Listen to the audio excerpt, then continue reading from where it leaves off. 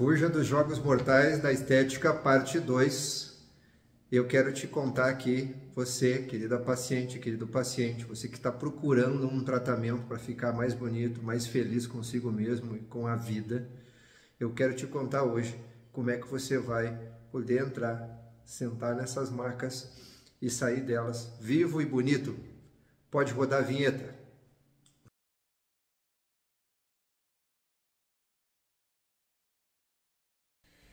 Olá, tudo bem? Eu sou o Dr. João Freitas, sou médico, professor na área da dermatologia e na estética, alcançando já praticamente 20 anos nesse setor. E sou o CEO do clubedabeleza.com, uma comunidade que trabalha para promover um planeta mais bonito e feliz. E nós estamos apreensivos, estamos preocupados com essa loucura que está acontecendo dentro da estética aqui no Brasil, de mortes que estão ocorrendo com tanta frequência, saindo nas redes sociais, nos jornais, na imprensa, assustando os pacientes e causando também mais fogo na guerra dos profissionais da estética. Por essa razão, esta é uma edição especial, parte 2, de um tema do nosso vídeo chamado Fuja dos Jogos Mortais da Estética. No primeiro vídeo, eu trouxe para vocês um pouco, e principalmente eu me preocupei em te trazer orientações. Foram mais de 9 dicas dadas nesse vídeo anterior. Ele está aqui disponível para vocês, tá? Poder assistir depois. Aonde rapidamente ali eu procuro ser bastante claro para não ficar tomando o teu tempo também. E você poder saber quais são os passos mais apropriados, os passos corretos para te poder procurar um serviço, procurar uma forma de solucionar um problema que tu deseja na estética e, de preferência, que tudo aconteça super bem, com um custo-benefício justo e honesto e que tu saia vivo dele. Eu sei que parece assustador falar assim, principalmente quando nós estamos falando de estética, mas, gente, tá demais. Tá demais a quantidade de intercorrências, de deformidades. E eu tô aqui com uma matéria que eu quero começar esse vídeo por essa parte, contando para vocês de uma possível, suspensão que pode acontecer além do fenol, certo? O fenol já foi suspenso pela vigilância sanitária, tá aqui também, por conta, justamente da última morte que aconteceu por esse peeling, que ele realmente é um peeling médio, profundo, dependendo da forma que ele for aplicado, ele precisa ter uma preparação e a sua indicação não é para qualquer pessoa. Foi utilizado por uma mulher que se dizia dona de uma clínica, que não era nenhum tipo de profissional formado, enfim, uma série de coisas erradas que aconteceram e que ela causou, então, a fatalidade. No entanto, nessa matéria daqui, eu estou vendo, as entidades pedem a restrição de 7 procedimentos estéticos, incluindo o Botox. Então, nós estamos diante de uma possibilidade aí de daqui a pouco também termos outras suspensões. E aí é que nós vamos entrar nesse assunto para esclarecer quais são as profissões que realmente estão utilizando-se, dos serviços de estética, que estão oferecendo o serviço de estética, que estão aplicando o serviço de estética. O que as leis estão dando como amparo para que haja essa permissão? E além disso, nós também vamos falar aqui sobre como é que é possível, então, a gente alcançar o resultado seguro escolhendo uma profissão ou um profissional de confiança. Vamos lá. Eu não sei, você, paciente, se você sabe, mas está ocorrendo uma guerra das profissões da estética no nosso Brasil. Podemos falar que a estética, ela é realmente um mercado que está crescendo, que as pessoas estão procurando ter mais cuidado com a sua aparência, com o seu bem-estar, com a sua estima, equilibrada, ou estado de equilíbrio. Eu não chamo em levantar ou abaixar a autoestima, eu não concordo com esse termo, eu prefiro correlacionar ele com um estado de bem-estar entre o seu eu interno e a sociedade, o meio que tu vive. Então, nós estamos aí no meio de uma batalha, numa guerra. Guerra que não está ajudando a vida dos pacientes, em contrário, está tirando a vida dos pacientes. Agora, com as redes sociais, ficou mais fácil distribuir essas informações, tomando cuidado devidamente com as notícias que são falsas, mas infelizmente as notícias são reais. a nível de danos, de intercorrência, de deformidades, de sequelas e também de óbitos. O número é incalculável porque são números secretos que nós, não temos acesso a eles, já que muito é escondido disso também, certo? Nem toda acontece assim com tanta facilidade. Entretanto, existem grupos e serviços que procuram tentar estabelecer um índice ou até menos entender o que está acontecendo nesse setor. Pois bem, o panorama da estética no Brasil, ele é confuso. E principalmente essa confusão se dá a partir da lei do ato médico. A lei do ato médico é uma lei que foi, então, um decreto promulgado lá nos anos de 2013. E a partir dali se estabeleceu o que era efetivamente o serviço destinado ao médico, ou seja, as tarefas do exercício destinadas ao médico, principalmente as invasivas, a invasão de orifícios, biópsias, procedimentos realmente de alto risco, vamos chamar assim, tá? E no caso especificamente dos procedimentos minimamente invasivos, eles foram então separados, então ali determinando que procedimentos considerados não invasivos ou minimamente invasivos estariam sob o escopo de não necessariamente ser feitos por médicos. Isso está dentro da lei. Veja que aqui não é uma aula jurídica, eu não tenho os termos jurídicos, eu te peço desculpa se eu não estiver utilizando termos tão técnicos, porque o nosso foco aqui desse canal é ajudar os pacientes, é ajudar a esclarecer os pacientes, é principalmente desviá-los de caminhos negativos. E por essa razão, a gente procura aqui, eu principalmente, procuro utilizar uma linguagem um pouco mais informal, certo? Então, volta aqui nesse termo, nós vamos falar.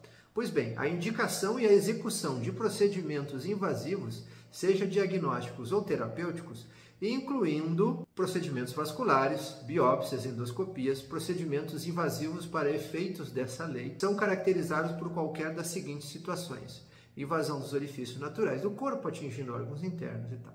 Então, isso faz parte do artigo 4 das atividades privativas do médico. Pois bem, a partir dali, os conselhos de classe profissionais começaram, então, a estabelecer o que seria, então, as suas permissões, os seus direitos, as suas possibilidades de poder atuar. E aí é que entrou os procedimentos voltados para a estética. Nesse contexto, os procedimentos voltados para a estética, eles não são fiscalizados diretamente por órgãos que não sejam órgãos dos seus próprios conselhos. Então vamos lá, tem uma conversa um pouco antes para ser apresentada. Primeiro é o direito do livre exercício do trabalho. O segundo é que o Estado, o governo, ele delega para categorias profissionais, para as chamadas autarquias, que são praticamente entidades jurídicas privadas da sua categoria, para estabelecer a regulação, a fiscalização daquela categoria. Pois bem, os médicos possuem o Conselho Federal de Medicina, os dentistas, o Conselho Federal da Odontologia, a farmácia, Conselho Federal de Farmácia, a enfermagem, Conselho Federal da Enfermagem, a biomedicina, Conselho Federal da Biomedicina, e assim sucessivamente todos os seus conselhos em que tem categorias profissionais. No meu vídeo anterior, eu falo especificamente de uma questão delicada, que é a categoria da estética. As esteticistas, os cosmetólogos, eles têm por direito exercer a sua profissão pelo Código Brasileiro de Ocupações. Entretanto, eles não possuem um conselho federativo que regule a sua profissão e fiscalize melhor. Então, quem se diz esteticista, quem não se diz. Tá? Então, esse é um dos problemas que nós temos dentro desse que eu considero como a grande guerra da estética. Pois bem, olhando aqui um pouco aqui, porque eu estou olhando aqui falando, tá? Nós temos uma situação, uma disputa judicial entre cada categorias profissionais que estão estabelecendo o que por direito dentro da sua categoria elas podem fazer. E aí o que acontece? O que acontece é que no escopo, no que a gente pode considerar como, neste caso, o exercício profissional, cabe ao exercício a legalidade de uma profissão quando ela tem a habilidade de diagnosticar, de resolver esse problema. Vamos imaginar assim. O que acontece é que dentro dos procedimentos de estética, nem todos os procedimentos são de forma aplicados os passos para evitar que um paciente seja atendido, seja recebido um procedimento de forma de não ser avaliado o problema que ele tem. Ou seja, se tiver um problema de doença, uma doença que lá na frente ou naquele momento do procedimento de estética pudesse lhe causar um problema, esses profissionais, eles não têm esse poder do diagnóstico. Esse é o primeiro ponto, ou seja, aqui no início da ponta. A segunda questão é de acordo com o problema causado, ou seja, vamos imaginar que esse procedimento não saia tão bem como o previsto e dentro desse problema ocorra uma complicação. E essa complicação vai se desdobrar em outra complicação e aí sucessivamente um problema que pode provocar uma sequela, um dano, né, uma distrofia, uma complicação, uma intercorrência, enfim, até mesmo um óbito. Então vamos imaginar o que acontece com esses profissionais que não conseguem ter essa distinção de diagnosticar as doenças e principalmente estabelecer se o paciente está habilitado para esse procedimento, correlacionando essa profundidade do conhecimento estético com a sua questão de saúde. E também o segundo problema que é lá na ponta, que são as complicações. É claro que nós podemos reduzir os danos, é claro que nós podemos prever riscos e é claro que nós podemos também, de certa forma, estudar aqui, né, e aprender, né, sobre como aquele problema pode estar relacionado com a estética. Entretanto, a estética evoluiu, gente. A estética se aprofundou. Hoje, os procedimentos mais desejados e mais transformadores, eles não são apenas se passar um cosmético, creme, ativo.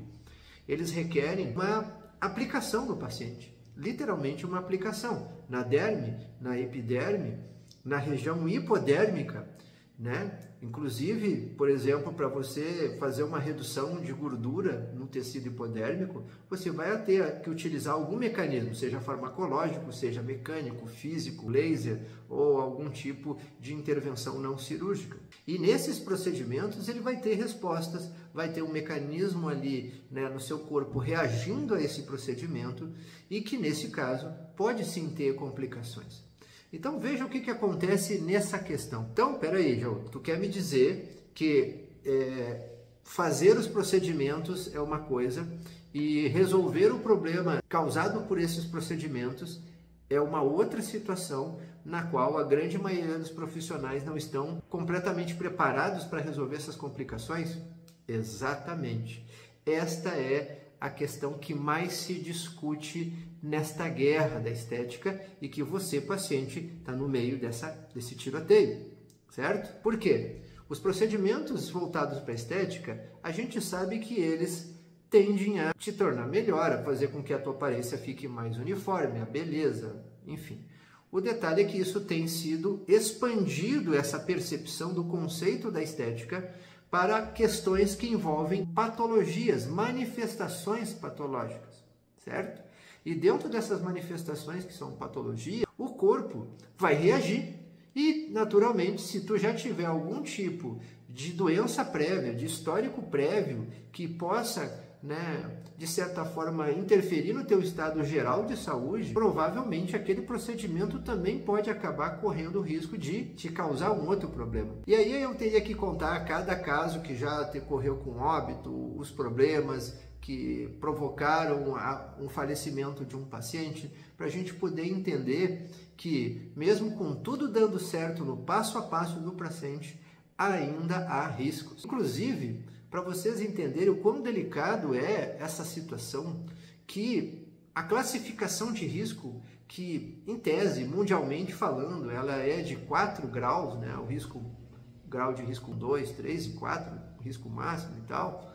Aqui a coisa começa a se confundir com conceitos, com manifestações. E por que isso é tão confuso? Porque o paciente, o ser humano é um universo individual. No meu vídeo anterior eu falo exatamente sobre essa questão de que nós somos únicos, que nós temos condições biológicas únicas e que não dá para comparar o resultado que deu lá na fulana famosa e que agora tu quer fazer o mesmo procedimento porque tu quer ficar igual a famosa, ou também porque deu tudo errado com uma pessoa e agora tu quer fazer esse procedimento e esse procedimento tu tá achando que vai dar tudo errado para ti. Calma, tá? Muita calma, vamos respirar, tá? O que acontece é que nós temos questões conceituais, existem as leis que foram colocadas, mas nem sempre as leis, elas estão assim na mesma sintonia da realidade humana, tá? Aliás, as leis elas foram inventadas para regular melhor a sociedade, melhor a civilização. Esse é o princípio delas.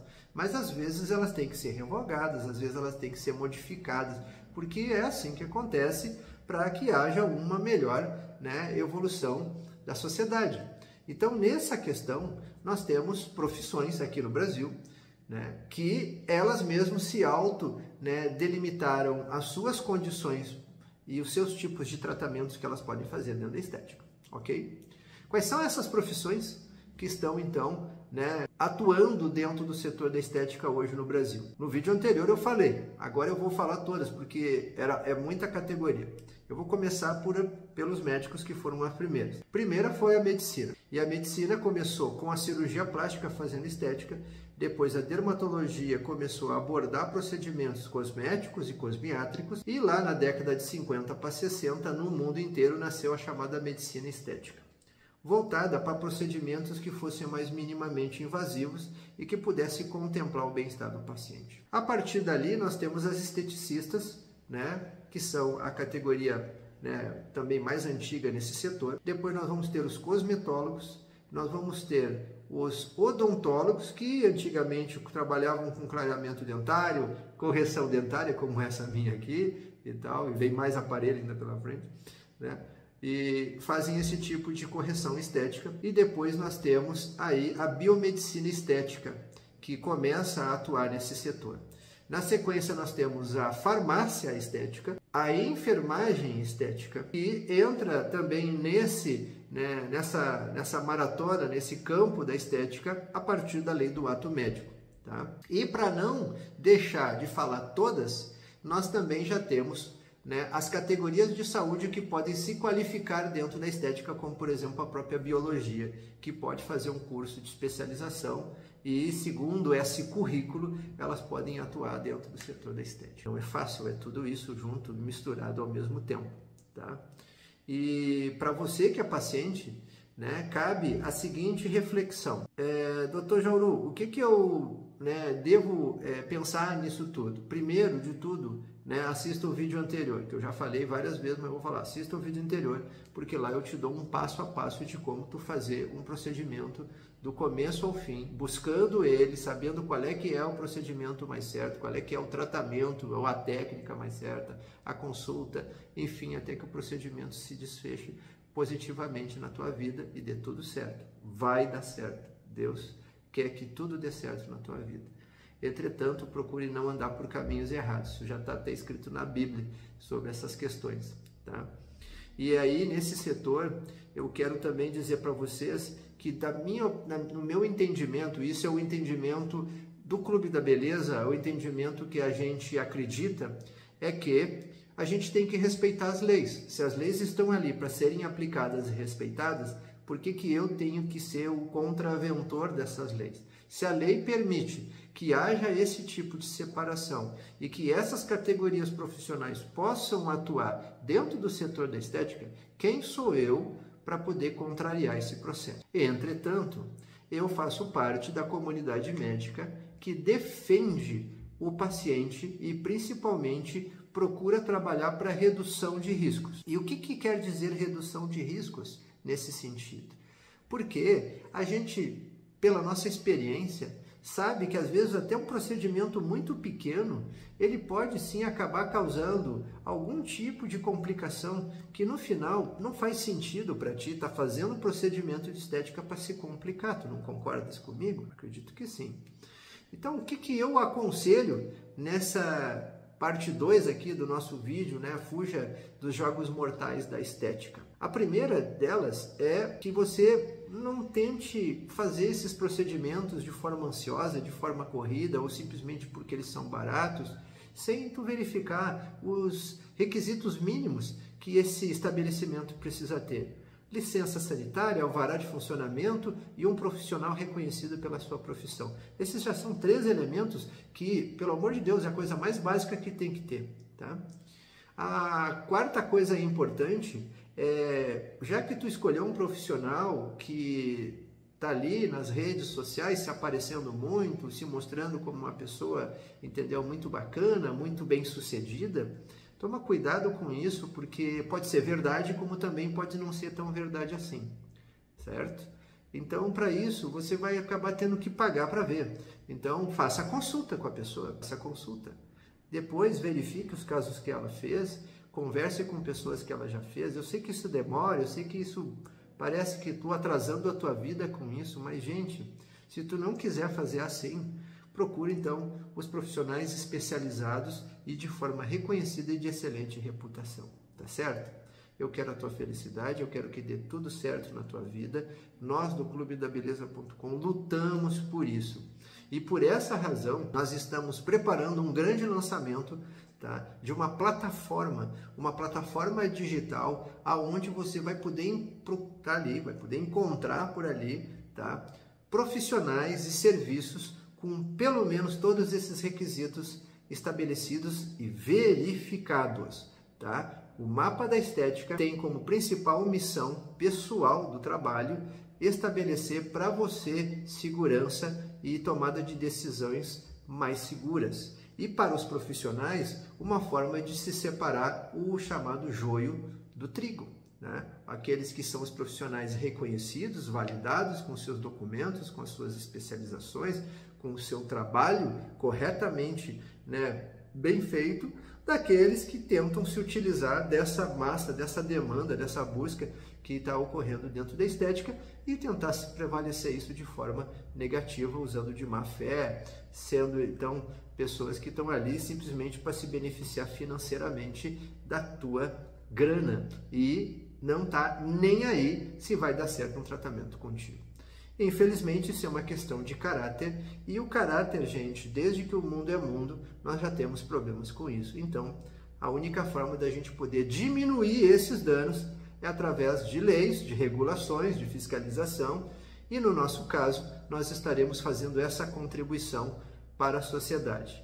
O Mapa da Estética tem esta missão: somente colocar profissionais reconhecidos nos seus conselhos e com seus documentos verificados. O bicho vai pegar lá no mapa, tá? Porque lá você vai ter que provar que sua licença sanitária está em dia, você vai ter que provar que o seu alvará de funcionamento está ok, você vai ter que provar que a sua profissão está reconhecida, que você está com o seu registro profissional ativo, certo? Senão você não vai poder entrar no mapa, tá? Então é ali que nós vamos estar, né, passando uma régua nessa sociedade, tentando ajudar, contribuir, e que, se Deus quiser, quem estiver procurando tratamentos por ali, pela plataforma, vai conseguir encontrar com segurança e eficiência bons profissionais talentosos, né, que respeitam as leis e possivelmente também acreditam, né, e temem o poder de Deus nisso tudo, e também para você que vai ter mais tranquilidade